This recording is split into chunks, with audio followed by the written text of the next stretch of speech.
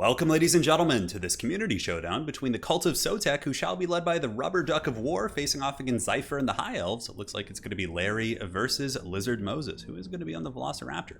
Now, as far as the Dino build goes, already a huge victory here, at least in my opinion. He does indeed have the double horned one stacked with the new and improved Bastillodon on the Ark of Sotek, and the Quaddle up in the sky. So the Quaddle, of course, does give the stock ability, and against High Elves, it has some pertinence. You know, they have bolt throwers and some ranged assets.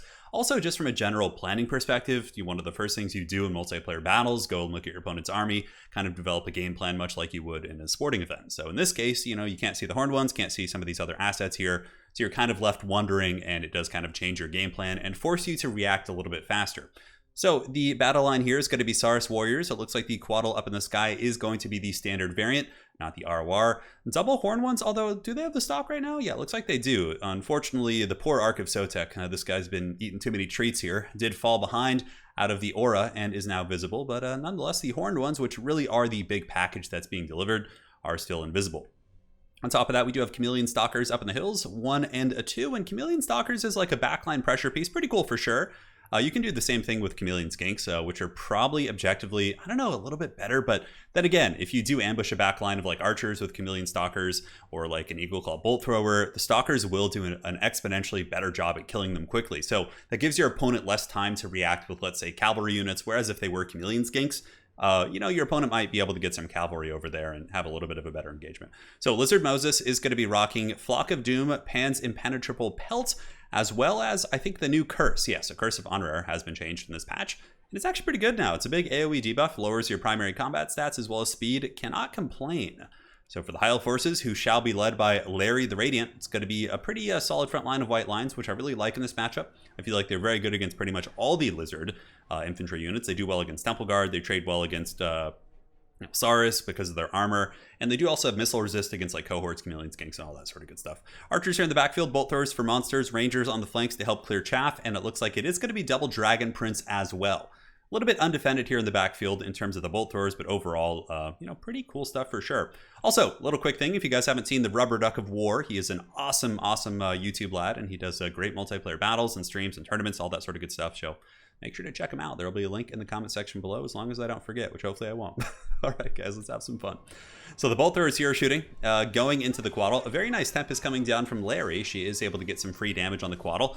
And now the trap has been sprung, so the horned ones are visible to the High Elf army. So probably one of the first things you would want to do is get your bolt throwers to start shooting at the horned ones. I mean, shooting the Quaddle is certainly not a bad idea. It is an expensive piece. I mean, Quaddles are quite pricey for sure, but I think the horned ones are a little bit of a bigger threat because the Quaddle, it's not going to be super devastating against any, target in particular, whereas the horned ones can really overwhelm the Dragon Princes with proper support, especially if you're getting support from Lizard Moses. So if he comes in and drops like the Pan's Pelt, for example, and buffs up or debuffs the Dragon Princes when the horned ones are fighting, that's going to be a really, really rough affair. So Archer shooting in, going into the Saurus Warriors and the Ark of Sotek and Tehenowin, getting ready to advance into the front line. Rangers should be able to really dominate the Skink cohorts on the flanks, and it looks like there is going to be a bound spell from the Quaddle going down, either the Thunderbolt or the Chain Lightning. And does it get one of the Eagle Claw Bolt Throwers? It does not, which is a little bit unfortunate. So we do have the Saurus Warriors against White Lions on the flanks, and a big overload as the Chameleon Stalkers coming to the back line, which I love. And yeah, I guess you wouldn't, expect this. And look at that, Precursor ammo actually serving to be pretty good here, as it does do a bit of HP damage to these guys, and then they're going to be pouncing in, taking some archer fire on the way. But nonetheless, they get in and they got their big clubs out, and they're going to be having a great time as they do take these bolt throwers to Pound Town. See what I'm saying? Like, Chameleon Skinks would have taken like 2 or 3 times as long to kill those guys. And they get in there, and now they're going to be a little bit more formidable in combat. So the other bolt thrower going offline as well.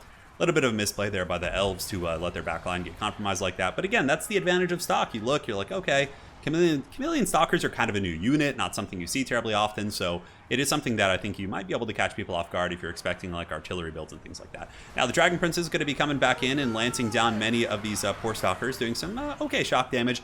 However, the Dragon Princes themselves had a pretty low model count, were very beat up, and the Horned ones are just all over them right now. So in the backfield, the Horned ones collapsing on the Princes should be able to finish the job. Now, the High Elves having a bit of a disaster in the back line. Of course, bolt throwers and archers all being taken offline. Dragon Princes fighting a very, very rough fight. But in the front line, it looks like the High Elves have won many of their engagements.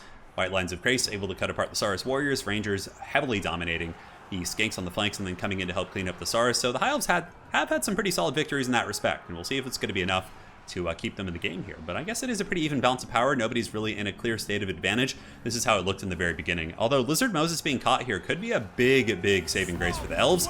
The Curse of Onrare going down, lowering melee defense and all those primary stats. And then the Horned ones get in with their beautiful charge bonus of 43. But again, the best thing about Horned ones is their really nice melee attack and their armor piercing. So they're pretty effective at cutting through princes, especially when the debuff of the curse is on them, putting their melee defense down to 18 there. So Lizard Moses bouncing back once again, using Pan's Pelt as well to give melee defense as well as physical resist. So a lot of nice boons there coming in from the lore of the wilds. A very cool usage here by the Rubber Duck of War, utilizing some of the stuff that has been changed. And oftentimes with that lore of magic, it's just Magic Core Summoning and Flock of Doom. But you can see that some of these other spells can be quite impactful under the right circumstances. So Larry going in for the kill on Tehenwyn. It looks like she does miss the charge there, and Tehenwyn is able to kind of slip away on his Velociraptor. On the other side of the battlefield, the Ark of Sotek has been just kind of sitting in combat and dropping some draining debuffs and things like that. Value accrued 655, so it's pretty much killed one Ranger worth of units and still has a lot more to give, right? If this bad boy can get back into this blob fight and drop some nice AoEs, that could be very strong. And the Horned ones are in sustained combat as well with Rangers and Dragon Princes. A little bit tough, especially against the White Lines of Praise. Cavalry really don't like to be in steady combat against like Great Weapon Infantry. In my experience, ever since the Rackard patch, it's been quite devastating for sure. And just in general, it always has been. Again, if you cycle charge Great Weapons, you shouldn't be taking too much damage. But I mean, you currently do in the patch. But nonetheless, a discussion for another day. So balance of power does come into play here for the not for the Elves, but for the Lizards. It looks like they're actually ahead. On the flanks, or the backfield, I should say, the Chameleon Stalkers trying to make their way through the White Lines of Grace to get to those archers, but it looks like they have been kind of stabilized there. And the Horned ones, I don't know if they came with as many chevrons. I might have to go back and look, but it looks like they've earned some serious chevron action. I would imagine over 1,000 value, if not 1,500 on these guys. Whoa, 2,400 on those Horned ones. That is a serious performance from them. And the Quaddle is back too, so the Quaddle is not a bad gooning character. It could fight Larry. Larry here up in the sky doesn't have any magic resist, of course, so the Quaddle's full force will be getting in there and doing some work. And yeah, Larry doesn't have too much support up in the sky, so the Horned ones might be charging into the White Lines of Grace, but it looks like they're going to peel backwards and support the mighty Ark of Sotek here, who's going to be launching some snakes, I think. Yeah, it looks like the snake launcher is in full effect, which has been buffed. If you guys want to take a look here real quick, I know a lot of people aren't aware of this, but the snake launcher now has a new poison effect. Doesn't affect friendly troops. On top of that, it's a large area effect. Ooh, very fancy. But it has Sotek's poison, which does damage over time. So it's like kind of a midi temporary Mortis Engine type thing. It's really cool. I think it's a perfect change. And I do think the Ark of Sotek actually will be used in a bunch of matchups now. Quaddle diving down with its janky attack animations. Going to be going after the archers and zapping them some. I mean, it has some cool animations, but just when it lands on the ground to fight, it does look really kind of haggard for sure. Larry coming in for the kill, looking to swoop down on the Quaddle, maybe get a nice little break, but its leadership is quite steady. More Chameleon Stalkers moving in. The High Elves kind of making their last stand here on the edge of the battlefield. Looking around, though, big macro perspective, there are 90 Rangers here. We have a couple Rangers there, but aside from that, not too many units left. A lot of Horned ones who seem to have performed very well this game, so I suppose Cavalry isn't quite dead. Very nice work from them this game, cutting through the Princes as well as the infantry and other assets here in the Elvish army. Tehenwyn moving in as the Quaddle drops its second charge of Chain Lightning. And where did Larry go? Looks like Larry is back up in the sky. Maybe going to be charging in, but I feel like the balance of power is really not giving the Lizards the respect they deserve. I think it's probably because Tehenwyn is so damn low at this point. But still, you have an Ark of Sotek, a Quaddle. Like, most of the single entities are in pretty good shape, and we'll see if Larry can get away here. Larry's best bet is probably to get back up in the sky and just hope that the Rangers can kind of bump and grind, but the Rangers have a really tall order. The Ark of Sotek is going to be exceptional against them. Dropping that big AoE snake poison is going to be really devastating. Here comes Chameleon Stalkers, out of precursor ammo, but nonetheless still very quick and swift and can hunt down a number of these targets. Stalkers should be able to rapidly finish off these archers. The archers have very poor defensive stats via their low armor, as well as melee defense will make these Chameleon Stalkers feel like the mighty chosen of the Chaos Gods. So the sneaky snake is dropped once again. And the Rangers are going to be taking damage over time. If we look, you can see the tooltip there. They are taking that sweet damage from the mighty snakes on the ground. The Quaddle, as well as the Bastiladon, both have Terror Routes, so Terror Routes could be a factor here. The Rangers are not within range of Larry. Larry does have an aura to give immune to psychology, although it looks like she did not bring it, so I don't think that's going to be a factor. And yeah, that looks like it's probably going to be it. We have the Horned ones getting in there, getting a nice charge on Larry. Larry will take a couple hundred damage on impact. But it looks like she's going to try and get away as the Quaddle and other beasties of the old world do move on over. Lustria all up in here, having a good time as they do collapse on Larry and finish the deal. So I don't see any way for her to get out of this. That probably will be army losses here in a hot second. Very cool game. It was really fun. Awesome stuff by a Rubber Duck of War. And again, if you guys haven't seen his YouTube channel, please do check him out. He's a great guy and really does some awesome videos and commentary. Yeah, great game by Zypher as well. It was fun. I mean, Zypher played a good game. The only really substantial mistake he made, maybe a couple of the engagements with the Dragon Princes were a little bit rough. And on top of that, the artillery in the back, just getting, caught that early.